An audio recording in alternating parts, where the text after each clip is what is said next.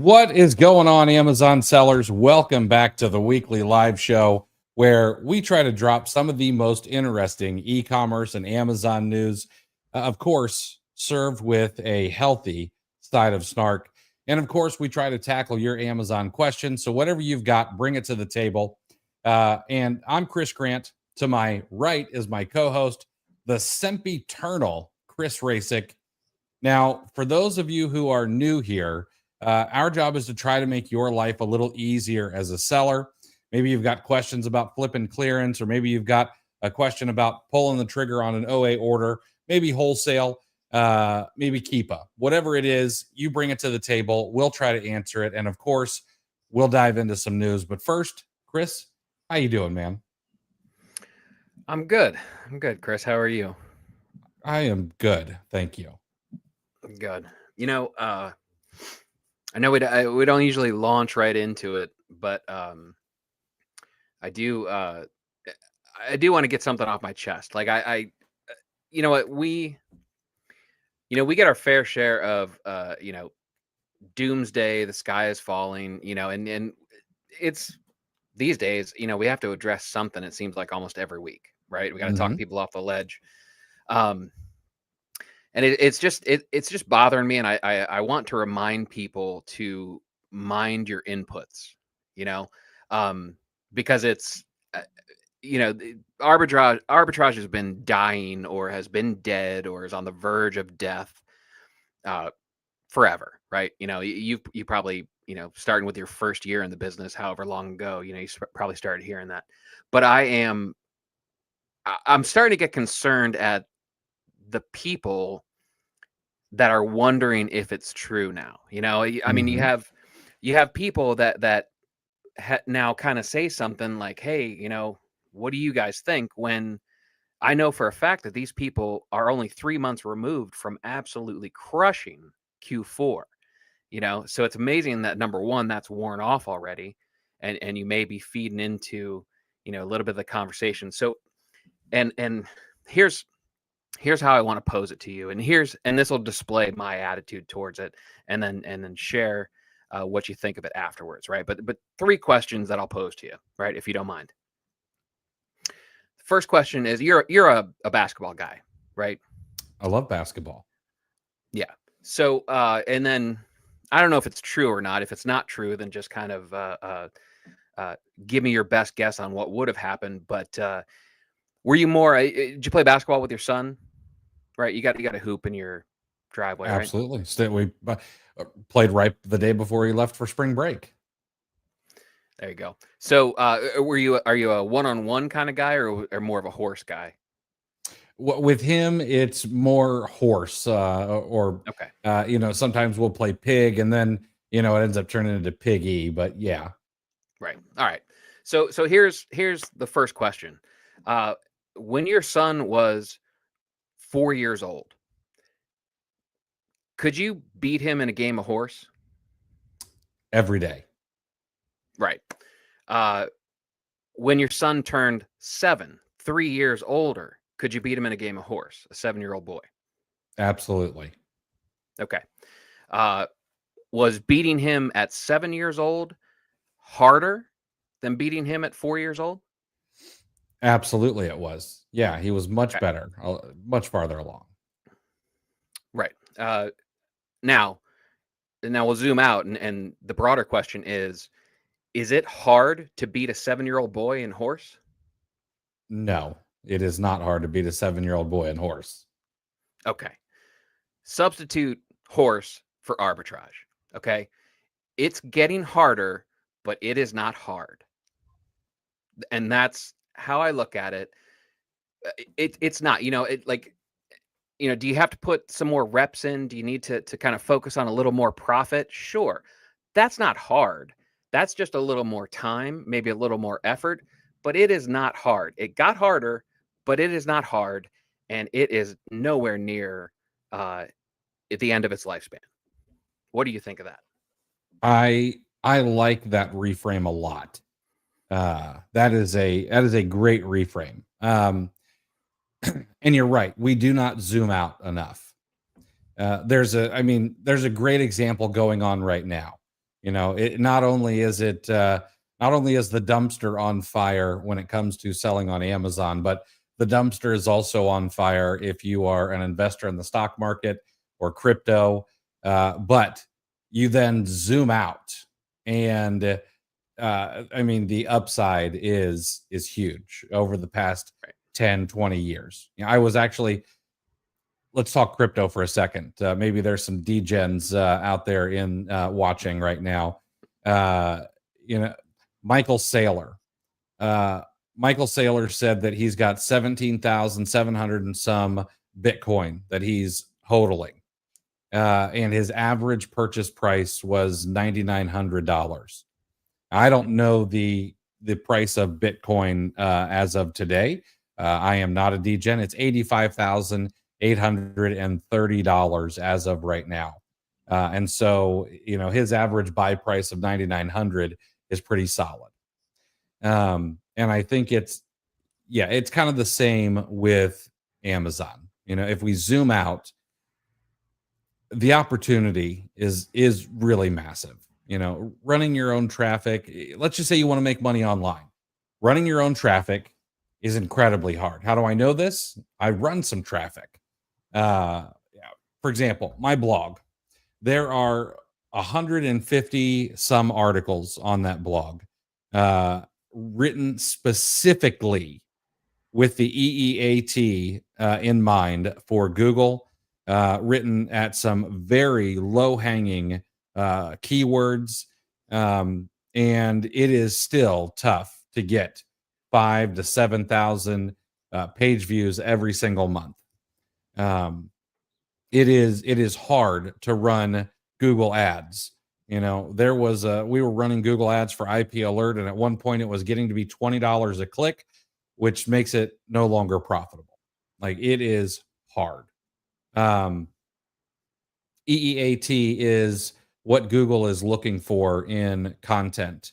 I always forget what it stands for, but EEAT stands for experience, expertise, authoritativeness, and trustworthiness, is what that stands for.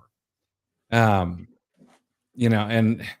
with Amazon, we can come in, we can start an account, you can go and you can sell some used books, you can, take that money and turn it into flipping name brand products. And, are there gatings? Yes. But are there, what did we say? I think you came up with, I think you found 650,000 different brands that had hit the top 100 over the course of the past year. Come on. There's something there. But yes, it will get harder, and it is harder. I miss the days when I could walk into a mire and throw a rock and there was something profitable. Yes, that was amazing. It was magic money. But even then I didn't expect that to last forever. It's just not the way that opportunities are. Yep. Yeah. Sarah, I love Meyer too. Corey, already with the shade, man. Degen is something that crypto enthusiasts often call themselves. So great to see everybody. And Corey, I always appreciate the crap you give us.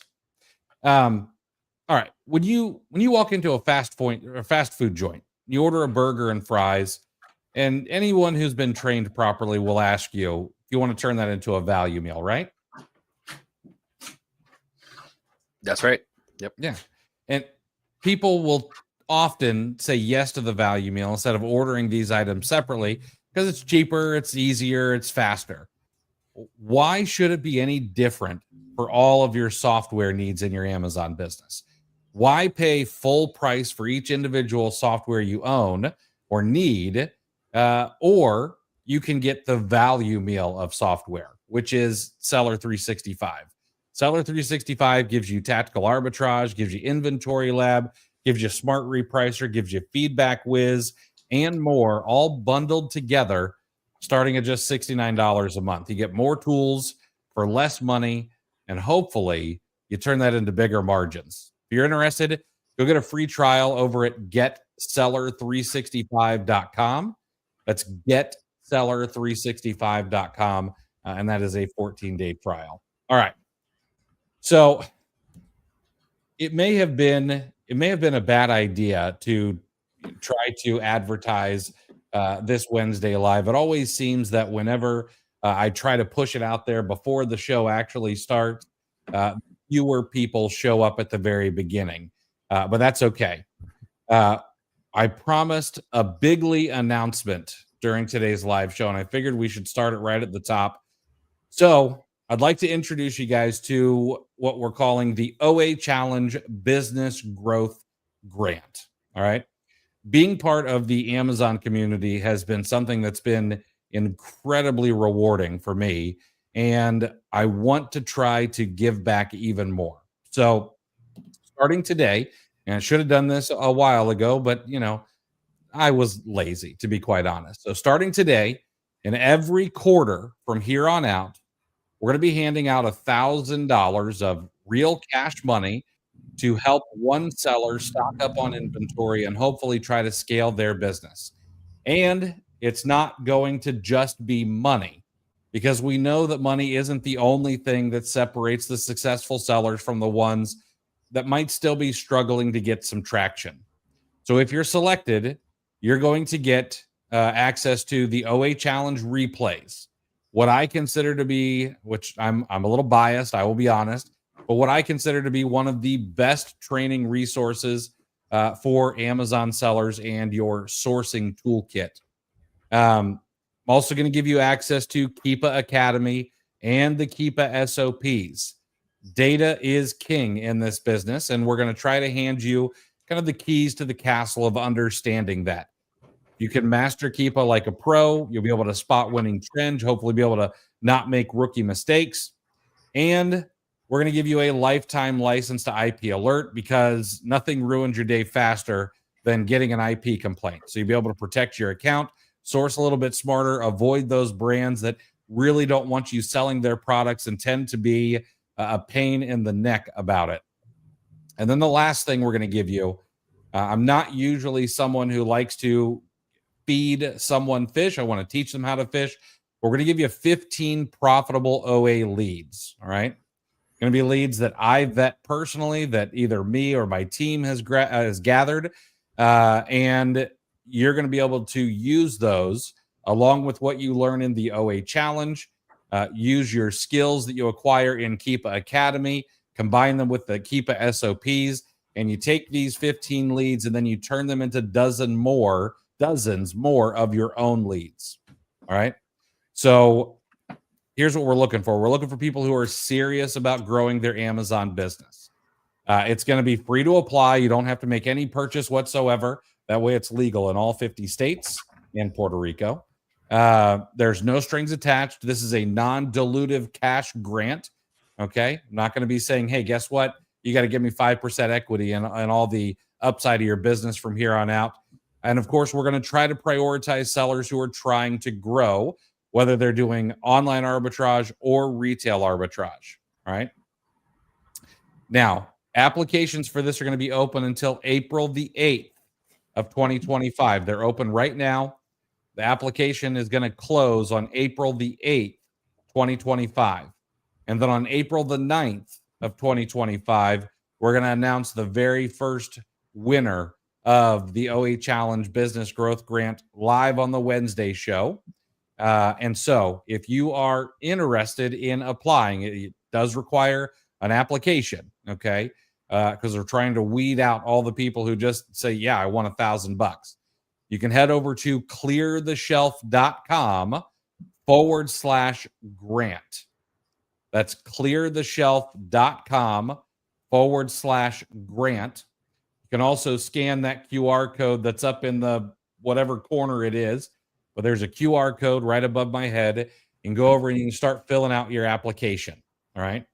And then I would like to ask you a favor. Down at the very bottom of the page, there is two buttons. There is a button to share it to Facebook. There's a button to share it to Twitter. Do me a solid. Share this with people who are out there who have just started their Amazon business, who want to get into Amazon, or maybe are having a little bit of a tough time as they get their business up and running. Share it with your Amazon friends. We are going to go through these applications. We are going to read them. It does require a couple of things to make sure we know that you're an Amazon seller. And it's also going to require you to type out 100 to 300 words as to what you're going to do with the grant. Okay. So it's cleartheshelf.com/grant. I'm hoping that this goes really well. I want this to be something that we do for years, because I think this could be really helpful, or at least help give somebody a leg up. So, all right. Yeah, that's that. And this takes you right to the application, right? The QR code. Yep, that'll take you. Take you right to the page to get started with the application. Absolutely. That is very generous of you. If you secretly believe that arbitrage is dead, are you disqualified from applying? Yeah, I think so. Absolutely. Yeah. This kind of make sure you skip that part. You want to keep that secret, but this feeds right into what we were talking about before, right? Our belief that arbitrage is not dead. Harder but not hard. That's fine. So this is essentially putting your money where your mouth is, right?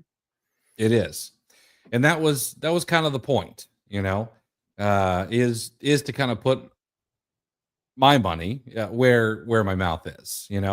I know that there are a lot of people out there who capital always seems to be. There's two big problems when somebody is just getting started on Amazon, or maybe they're having trouble growing, and it's either I can't find profitable products, or I don't have the capital for profitable products. Mm-hmm. And so that's kind of where the idea from this came from, is how can we solve the I can't find profitable products? Oh, well, the OA challenge, it does that. That's the thesis behind starting the OA challenge. And then if you don't have the capital, well, it may only be $1,000, but if you can get a 10 or 15% ROI on that money over the course of 45 days, and you start stacking that on itself, that can turn into a fair amount of money over time. Yeah, that's I tell you, I commend you for doing something like this. I know you told me the idea, and I instantly loved it. It's commendable how much you continue to give back to the community. Appreciate you, man. I appreciate that. Thank you. All right, let's dive into some news for today. And of course, guys, if you guys have questions, make sure to drop them in the chat. We will get to those after a couple of pieces of news. So I just hired my neighbor, and I don't know why it took me a year of living here to think about this, but I see my neighbor go in and out of his house with his landscaping trailer, and I have complained for at least 2 years about the current person I use to mow my lawn. And so the other week I walked out there and I'm like, dude, can you just mow my lawn for me? And then of course we start talking. We start talking about our families, and we start talking about jobs and, all that stuff. And come to find out his wife is like a super genius with 2 master's degree and a PhD. And I was like, no offense, but I kind of want to sit down and pick your wife's brain. But yeah, he ended up telling me after I told him what I do, he was like, oh, well, my buddy lost $25,000 to an Amazon automation scam. And I was like, that's not what I do at all. But he was naturally worried a little bit about what I was into. So this particular story piqued my interest. There's another e-commerce scammer who's getting taken behind the woodshed by the FTC. The FTC's filed a lawsuit against Click Profit, which is a company that sold passive income storefronts, promising investors massive returns. hands-free automation, and even AI-powered product sourcing. These people who they got to sign up were charged between $45,000 and $75,000 just to get started. The people charging $25,000 all got in trouble. So of course, the next generation was like, you know what we need to do to make this look even more legit? We just got to charge more. Then the people who signed up had to shell out another $10,000 minimum for inventory. Click Profit then took up to 35% of any profits, but of course, most of the stores made little to no money. Amazon even shut down 95% of these stores for violating seller policies. And then this company had the audacity to tell they say investors in the article, I will say victims, that their storefronts could be bought out by venture capital firms at a 3 to 6 times multiple. Multiple of 0 is Zero. These guys used every sleazy marketing tactic in the book. They posted fake earnings screenshots. I would imagine, I didn't see any of them, but I'm guessing like, one of them probably had a comma in the wrong place, or, it was like below the numbers. They claim to have exclusive brand partnerships with Nike, Disney, and Dell, and even said that they built a supercomputer that could generate $100 million in sales. Of course. The co-founder, a scumbag by the name of Craig Emsley, was all over TikTok, standing in front of an image of Warren Buffett, fanning himself with stacks of cash, probably stacks of cash that he bought on Amazon. They do sell, they sell that movie prop money. And it gets a little bit worse. When investors lost everything, Click Profit refused to give them refunds, of course, and then even threatened legal action against customers who left bad reviews. One investor who put his entire life savings and, of course, got nothing in return. When he posted a bad review, the lawyer for Click Profit threatened to take everything he and his wife owned. And when he asked for a refund, he was told, quote, there might be children here, F off. But, they said the whole thing. Now, the FTC is actually coming at them pretty hard, which I'm glad about. They're charging Click Profit with violating the FTC Act, the Consumer Review Fairness Act, and the Business Opportunity Rule. They're also seeking financial relief for the victims, but I would imagine that a lot of these victims are probably not going to get any of their money back. So my question to you, Chris, is, one, why do people keep falling for these things, even if there are red flags there? Because it's the answer, it's the quick answer to whatever the troubles happen to be, right? Did you read Sean Puri's 5-tweet Tuesday or whatever he calls that, right? I did. He shared that one tweet that said, and it was basically the triggers of things that you can always sell, right? And one of them was, you can always sell get rich quick to poor people. You can always sell good health to rich people. You can always sell weight loss to heavier people, or that might not have been one, but beauty products to women, and it basically just gave this cliche, the stereotypical list. But we've said it before, cliches are cliches for a reason, because it's been repeated over and over again, because it's there's likely some truth to it. So this is it was interesting. I remember my dad told me a story of when he and my mom first got married, and they were watching, showing my age here, but they were watching either Dynasty or Dallas. Do you remember the PM soap operas like that?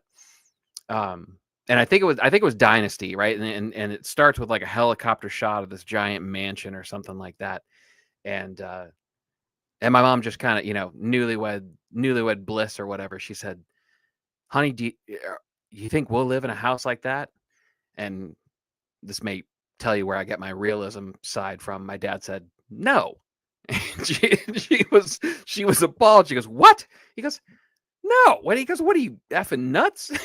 And he shot her down, and he's like, but he's, I mean, he was a realist, he goes, I'm not, he was in construction. I mean, he was a blue collar guy, I mean, he could he became a contractor and was comfortable, later in life, but he goes, no, get your head out of your butt. We're not going to have a mansion like that. So, That's hilarious. Right. But, tell me that's not the two most common perspectives, with my mother's perspective, unfortunately, seemingly to be the more common one. But, you have realists and then you have dreamers. And I'm not saying anything negative about my mom. I think it's perfectly natural. It's reasonable, and I totally get it, but, you know what? And honestly, this is just like the most extreme scale of this. And I think what happened here is the framework of what happened, maybe, far less dollars as far as like the entry fee goes. I think this is part of the problem with some of the sellers that are so disenchanted with selling on Amazon right now, because they were sold a system, right? And we had, there was what was that? I forget what the comment was. Somebody was, it was, you posted the link to the latest podcast with Chris Beam. And somebody took a very negative slant, and, I jumped on the defensive, and you were commenting in there too. And, eventually it turned out that he was, number one, completely unfamiliar with any of our content. And he just kind of assumed that we were that stereotypical guru type of message, where it's passive income. You don't have to do anything. And that we bypass the fact that it actually is going to take some work, and that's what the gurus, the Lamborghini leaning on the exotic sports car, want to make you think, because you're more likely to pay for whatever the course it is that they're selling. Right. It's basically the same thing. And I think that's why people get so frustrated, because they were sold what they thought was one package, and I didn't go into it with this guy because I didn't take him as an open-minded gentleman. But, the defense is, you never shy away from the fact that this is going to take work. Everything that we talk about, we tell you, we'll tell the newbies if they come in and ask a question, like, you don't know how many reps you're going to have to put in. Like, whatever you think that number is, multiply it by about 10. It's, or whatever, it's going to be more. You're going to have to put in the work. We've never shied away from that. It's the realism. It's the realistic way to approach this. It's not passive income. It can be residual, but it's only residual if you front load the work, and there is work, and I think this is a sibling to this story. Obviously this story is a much grander scale, but I think it's essentially the same thing. It's got the same DNA. And Matt, you're absolutely right. Embrace the suck. I post that every now and again. People laugh about it, but like it's one hell of a way to keep your mindset where it needs to be. All right, let's sorry, I've got a little bit of a hard cutoff tonight at about 6:35 or so. So Luke, Chris was a great guest. She was an excellent guest. I felt bad, I'm not taking anyone here to task, but there are certain people in the Amazon community that I do need to take to task, because it is difficult to get women to come on the show for one reason or another. And I'm not a woman, so I won't even fake like I know why it is. But we've had 3 women on the show that I can recall. Hopefully I'm not forgetting anybody. I've had to apologize to 2 of them for some of the responses that we've gotten either on YouTube or on social media about their episodes. And then I no longer wonder why, more women don't want to come on and be public about, the business that they run and things like that. So I know it's not anybody here, I'm not going to, but shame on some of the people who give them crap If you want to come for somebody, come for the hosts. We can take it.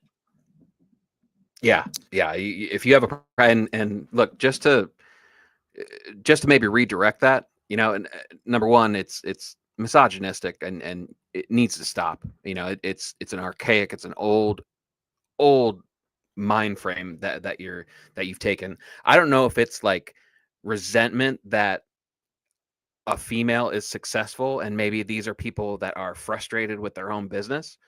So and then maybe they just they take that anger and they channel it, and they have to call BS somewhere, because there's no way that a female is going to be more successful than I am. So let me just say this: if any of you are listening, as the father of two little girls that I want to have as wonderful adult lives as possible, you're wrong. The women that we've had on our show are kicking your ass. They are better than you. They're more skilled than you.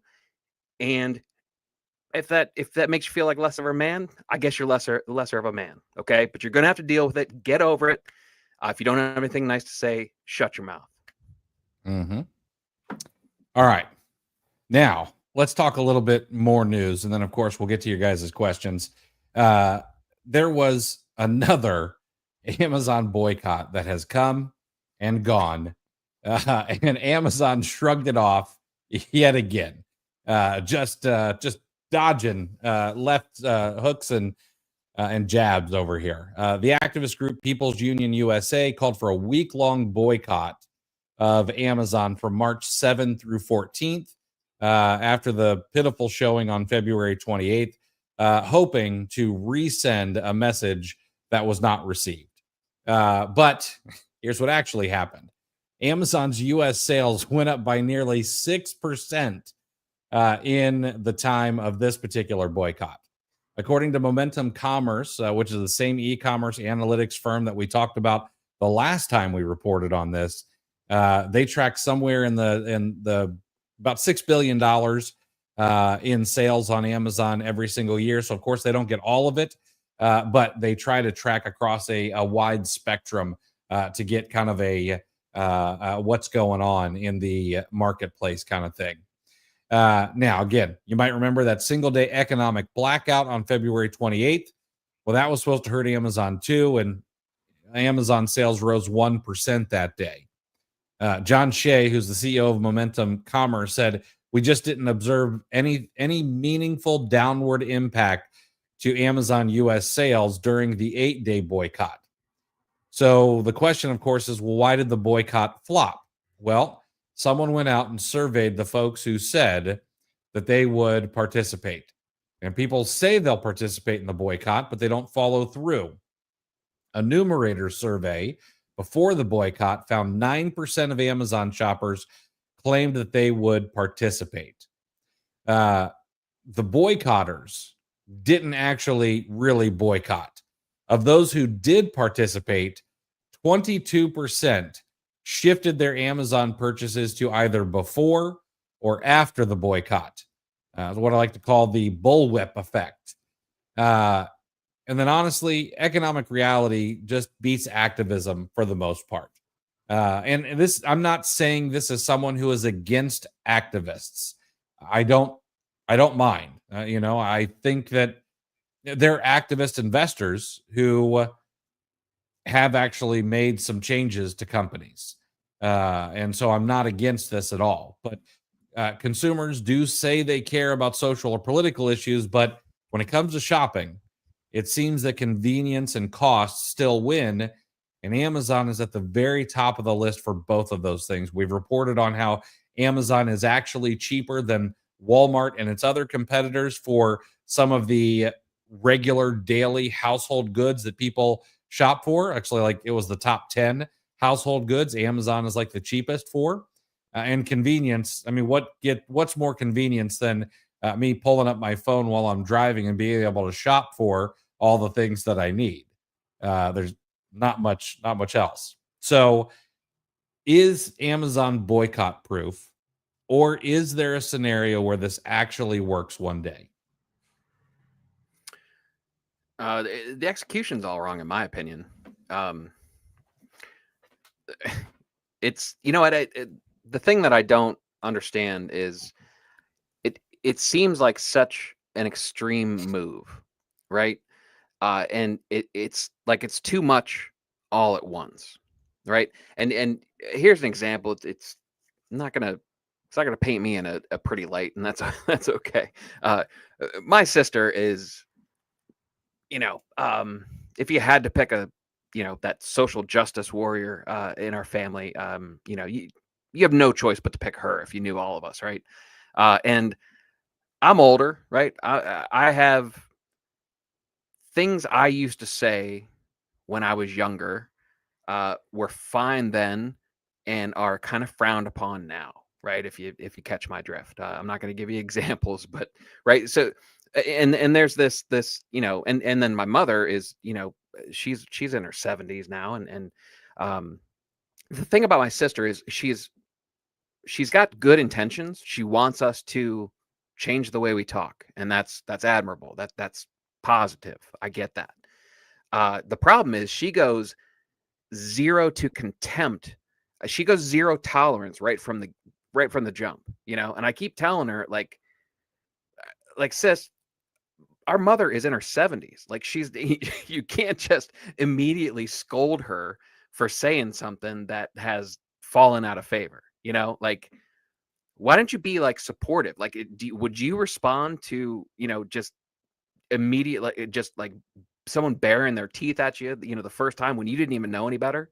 Like, why wouldn't you try to explain it to her and kind of walk her through why it's wrong, and when it'd be a little more sympathetic, about the fact that she's been an adult for half a century, and things change, and someone in their 70s isn't going to be the first one to realize it, like. And that's kind of how I view this whole thing. There's this zero tolerance, right? And we just immediately go after, and part of it is wealth resentment, and I completely disagree with that part of it, right? But why wouldn't it be simply talking about it with your friends? Isn't it logical that something like this would be more grassroots and kind of start from the bottom and just work its way up? Because this was all so predictable. I mean, I had people. I made some comments on social media about the boycott and stuff like that, and reflective of my lack of faith in this having any kind of impact. And tons of people were like, "No, people are just going to either buy before or after," and the numbers show that's exactly what happened.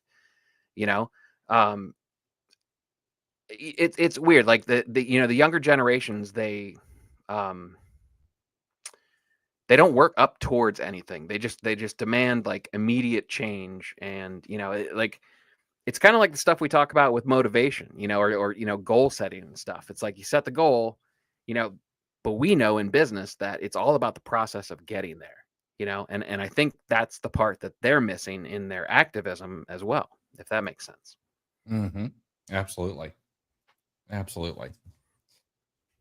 Ah, so much. Chris, you wanna move to questions, or you wanna go over the last little piece there? I've been a little prickly already. Why don't we save that for Sunday? Okay. All right. Let's get to some questions here.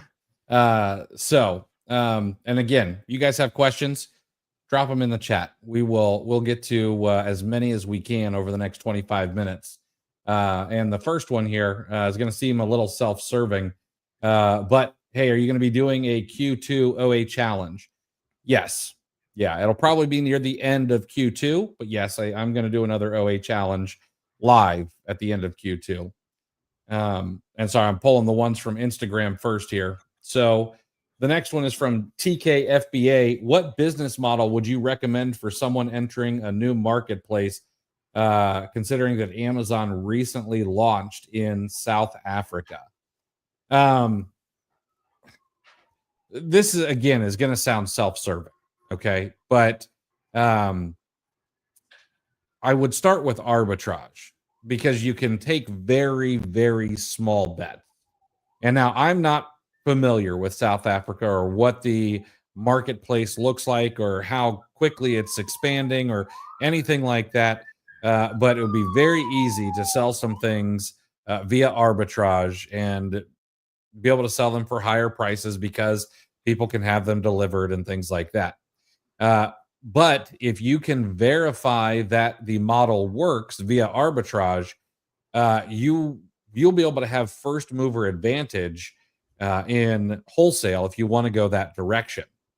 Now, why do I know this? I'm certain of this because I've got a handful, maybe a dozen friends who live in Australia, and when Amazon opened up in Australia, even though it's still a very small marketplace, my friends were able to do some arbitrage and make some money and realize that it worked.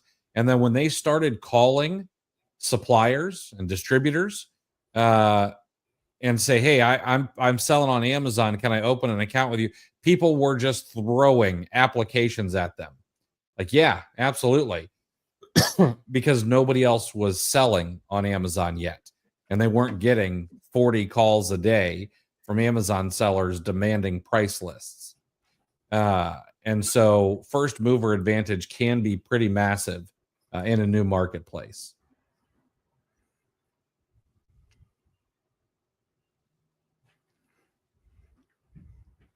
That said, though, the U.S. marketplace is, I would imagine the numbers are probably Amazon to Walmart, dwarf, similar scale, right? Yo, it's got to be. I haven't even Yeah. I didn't even know Amazon was in South Africa, so I'd have to go and see if there's even any kind of numbers at all. Yeah. So, I mean, a new market in terms of, maybe a diversification or, routing any kind of significant income is a tall task if you're moving resources out of the U.S. market.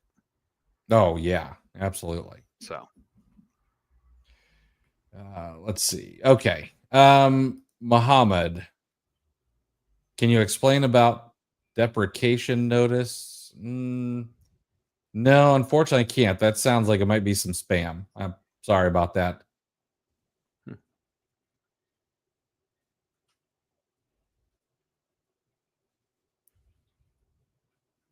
Sorry, guys. Trying to find some questions here.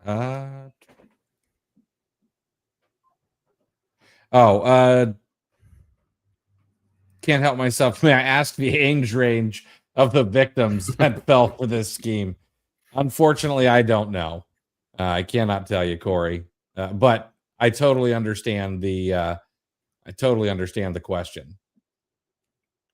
Well, what are you getting at, Corey? Huh? What do you think the answer is? Where are you going with that? A little ageism? Right? Yeah, just a touch. Let's see. Sorry, guys. I'd remind Corey that it is his generation and the younger generations that fell for the farce that stuff like seed oils are bad for you and all that sort of stuff. So we can go tit for tat, boomers versus right. millennials or zoomers or whatever the heck you are. And stop brushing your teeth. Just do oil pulling. All that stuff. Christian, are there guests in the OA challenge or will it just be you? It is just me for 14 days. Occasionally, we will have a guest, very rarely. I do have some videos where I do interview some folks that I share in the OA challenge. And while I do like the format where some people have multiple guests, I do it myself. Good idea to have other people teach for you, though. Very good idea. Yeah, but there's At something what to be point? said about continuity of the curriculum, though, as well. Yes, that is because it can be, multiple different people with different perspectives, even different delivery. mhm. There's a reason that when you're in school, there's just one teacher most of the time. It's so you kind of learn the cadence and you learn the delivery and stuff like that. So there is merit to it. Yeah, absolutely. And I mean, just to be frank, I'm a bit of a control freak, so wouldn't want to go. I don't want to get off track too much. Mr. Harlem, do you like Ollie's for online arbitrage? No, because they don't sell online. They only sell in stores. You have to go into their stores to buy stuff. They can be great for retail arbitrage. Ollie's is great. Matthew, at what point would you recommend adding in Canada and Mexico? Not now. If you're doing 10-15 million dollars a year on Amazon, is the headache worth it? Maybe. But that again is number one, the Canadian marketplace really is not that big. Like the Canadians just don't need another competitor. The ones who are selling up there. And then the other thing is I think the management is not worth the difficulty. For example, let's just say that you have a catalog of 500 ASINs and you say, you know what, I'm going to add Canada and I'm going to let Amazon just share all of my items to Canada. Well, what if you decide to sell a food item in the US and automatically share it to Canada, the Canadian marketplace? Well, if it is not in French and in English, the label, then it's illegal to sell in certain provinces. Not all of them, but certain provinces. And so you've got that difficult. And is Amazon going to figure that out for you? No. But if they sell that item and you do get in trouble, guess who's in trouble for that? It's you, because Amazon doesn't make that mistake. So I just don't think it's worth it. And then Mexico, very similar. Number one, I've got a bad taste in my mouth about selling in Mexico. When Nintendo Switches were going for crazy amounts of money, I got my hands on maybe 24 of them and sold through all of them. 3 or 4 of them went to Mexico. You want to know how many actually made it to the final destination? 0. None of them actually made it to the final destination. Now, what happened to them? Did people just say they never got them? Did they get to the post office in Mexico and then they just disappeared because it was, a time when everyone was looking for one? I have no idea. But then the other thing is there are things that are illegal in Mexico that are not here in the US. Like, this is an example. It's not the actual truth, but something as pedestrian as Q-tips can be sold here in the US and might be illegal in Mexico. And then you've got to figure all that out. Yep. And stuff that requires a prescription in Canada, that list is completely unpredictable. I mean, as an American, it makes very little sense. And the issue, Matthew, that you have to deal with is you have a separate account health for Amazon Canada, Amazon.ca. And I've heard stories that if you get in enough trouble in Canada and your account gets potentially your account could get shut down in Canada, and as the fallout from that, you could lose your US store potentially as well.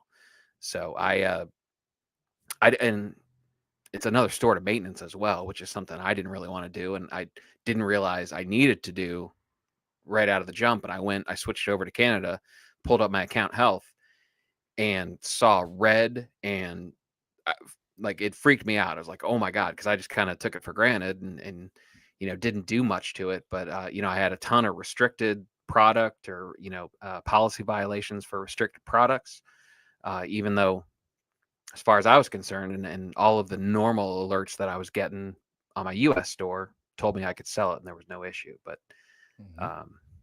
up north, it was a different story. So yeah, I ended up shutting down Canada and Mexico, and I made sure that everything completely shut. That door was closed and locked. Hassan, how to get more seller reviews on a new account? Sell more stuff. That's the best answer, is to sell more stuff. there's not really a secret to it. You're probably going to get somewhere around 0.003% of buyers actually leave seller feedback. That does go up if they're irritated with you. They tend to leave feedback a little bit more frequently. But also, don't worry about it so much. It's not really a big deal. And honestly, if I could, I would I would take away a bunch of my positive feedbacks because it would make me a smaller target for people who want to storefront stalk you. Um, I mean, I just tell people, hey, go look for sellers who have the similar amount of reviews as you do, and I've showed people how to look them up in Keepa by number of reviews, and I know my storefront's kind of right in the middle of the number I show all the time. So I don't, it's not a huge deal. Plus, throw on the fact that what is the number? 85% of the purchases on Amazon are purchased via the buy box. Yes. Right? Yep. So I don't think anyone purchasing through the buy box is paying any attention to the seller, right? It's a very small percentage of Amazon customers that are actually going to go and click the other sellers, new and used, and see what other sellers and see the prices there. That's the first place you see store reviews, isn't it? Because you're certainly not going to see it if you're holding the buy box. So, this is one of those things that I think newer sellers worry about more than they need to, for sure. Yep. MJ, what does it mean by Amazon shares the buy box? But when my brother and I are on the same listing, it seems like once either of us sell out, then the other person will start getting sales. So the buy box is a lot more nuanced than most people think. Okay. The buy box is, of course, where about 85% or more of the sales come from. However, there is regional buy boxes. And so if you guys are shipping to the same place, I'm hoping you guys don't live in the same house and you're selling the same things. That can be a bit of a problem. But let's just say you guys, just happen to live in the same town and you're selling some of the same stuff. That's probably okay. Chances are you guys are probably shipping your stuff about to the same place. Okay. You're selling the same thing. I'm guessing you guys are doing a lot together. And so if you guys are also pricing around the same, then it may be that once one of you gets the buy box, you end up selling through, and then the other one, gets their turn in the buy box. But around the country, that buy box is going to be different. All right. Same goes if Amazon's on the listing. Amazon does share the buy box in a lot of cases, and it can just depend. And it's a factor of being competitive. It's a factor of how distributed your inventory is, how easy it is to get to the customer. It's not always just price a lot of times. So very, very nuanced topic. Matter of fact, we've got an entire episode of the podcast on what the buy box is, how it works, at least what we know of it.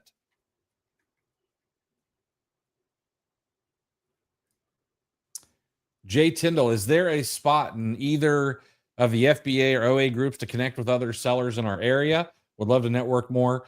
I don't have like a dedicated place, but just go over to FBA Today on Facebook and make a post. Like, hey, I'm in this area. I'm looking to connect with folks. And let me know in the comments. You might have to do it a couple of times. Getting people to see Facebook posts is harder and harder these days, but have at it. That's what social media is for. Lonnie, gonna have to tell Chris to duct tape his head so it doesn't explode here. How do you evaluate whether an ASIN is a replen? How long is it listed before judging? How does repricing factor into that? ROI or gross margin reduction over time? Everything is a replen. Okay. You should have the ability to replenish everything at some point in time, maybe 90% of the time. Okay. You know, how long? I mean, there are things that will replenish immediately. You know, if we buy it and it does well and the price is still good at the source and the price is still solid on Amazon, we'll replenish it immediately. You know, historically, it looks like it's going to, you know, last for a long time.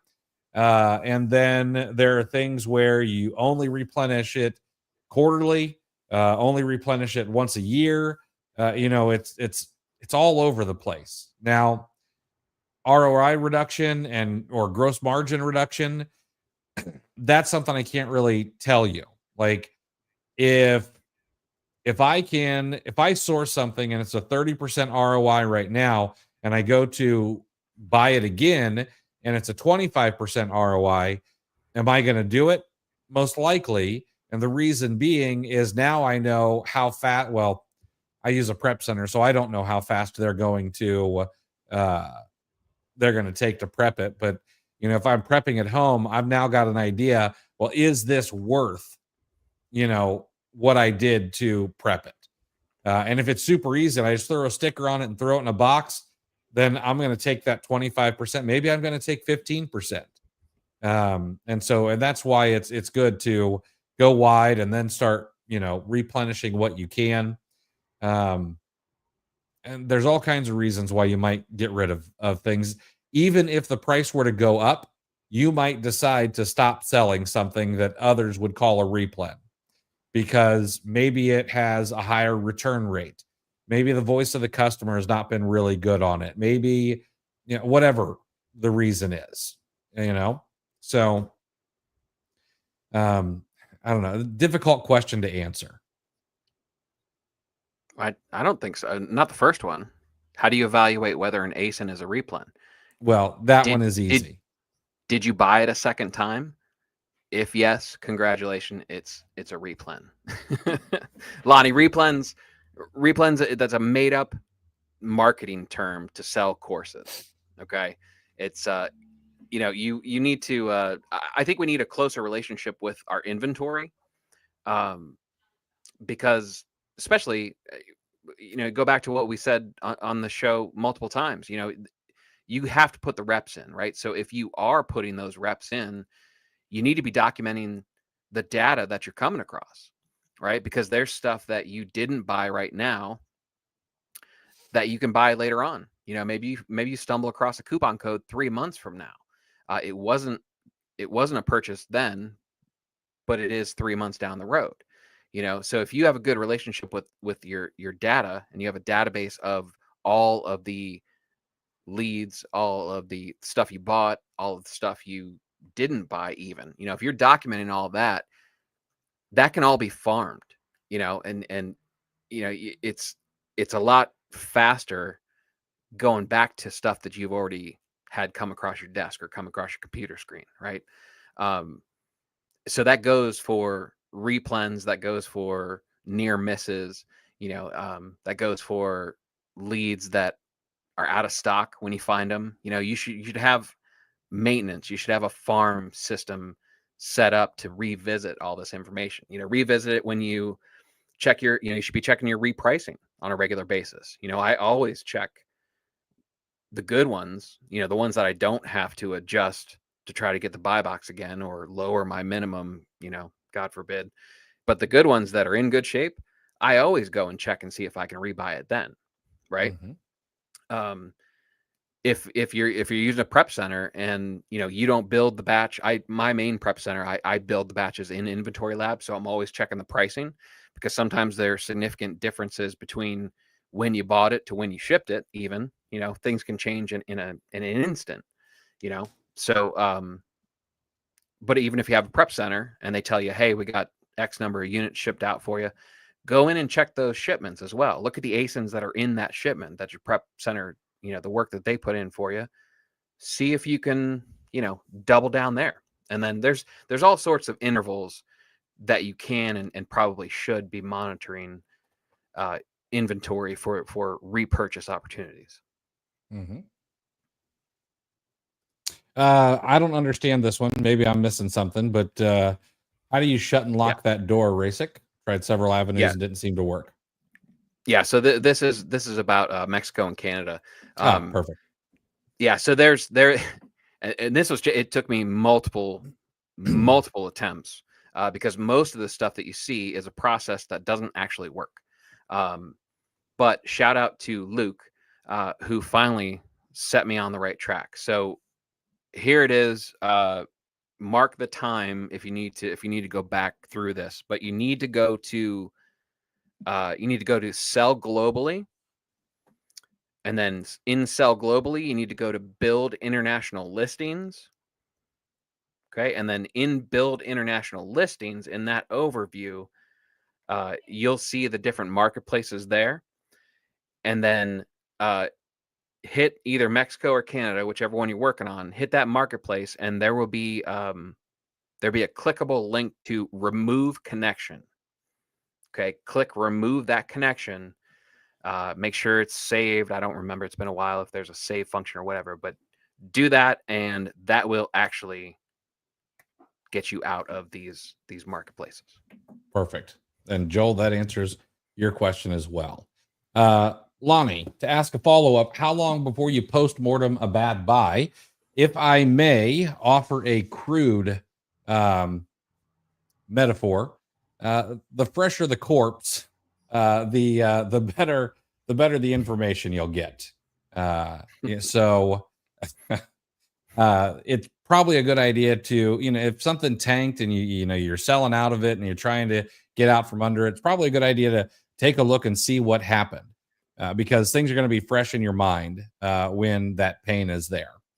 You know, what made me buy this? Where did I buy it?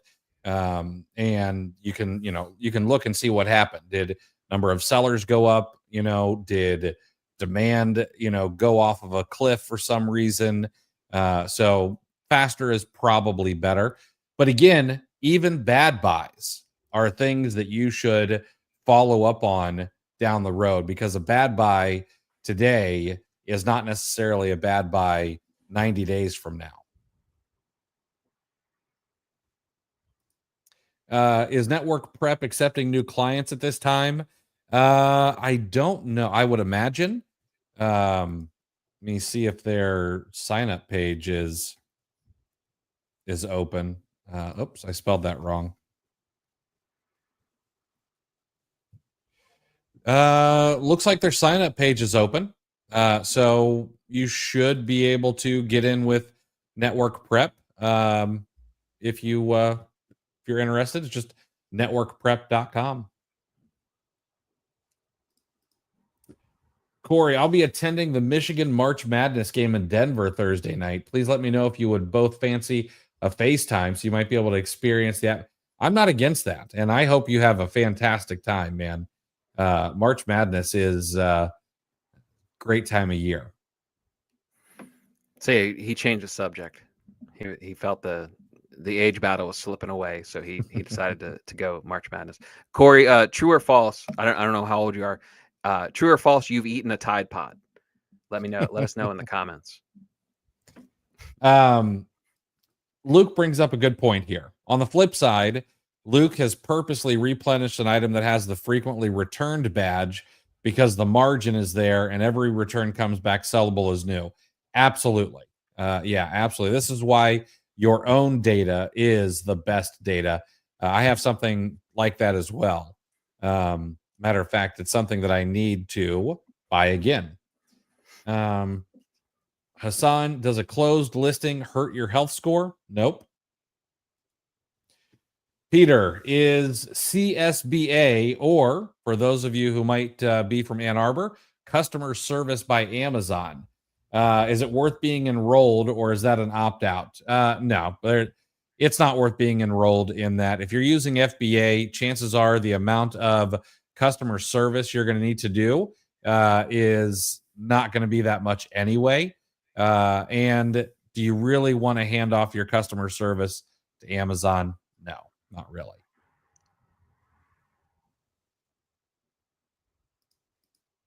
Very super cool guy. If the offer count is rising steadily, how do I know if I have enough time to catch a few sales before it tanks? I guess it depends on how much wiggle room I have. I think that it also depends on, these are tough, because I'm not against what I like to call catching a falling knife. Being, if I expect to make $5 on it, and I make an average of $3, for let's say the 10 I sell, am I going to be upset by that? No, not in the slightest. I think a big factor is, one, where is it sourced? If it's sourced from Kohl's, during a big sale, that window is probably shorter. If it's sourced from one of your own honey holes, then that window might be a little bit longer unless you can find it for sale somewhere else. And then the other question is, what is the velocity or the what's the velocity on it? If consumer demand is really high, chances are that price can stay stable for a lot longer despite increased supply. Yep. You got to factor in processing time. Is this merchant fulfill? I assume it's fulfilled by Amazon. How long is your turnaround time between ordering it, having it delivered? Are you sending it to a prep center? What's that typical turnaround time? All this stuff. But it's mostly feel. Yeah, that is a tough one though. Chris, what do you call a cult that's hard to get into? I don't know. Difficult. Oh yeah. Just when you take a step forward and it's always 2 steps back. Always 2 steps back. I was scraping the bottom of the barrel for that one.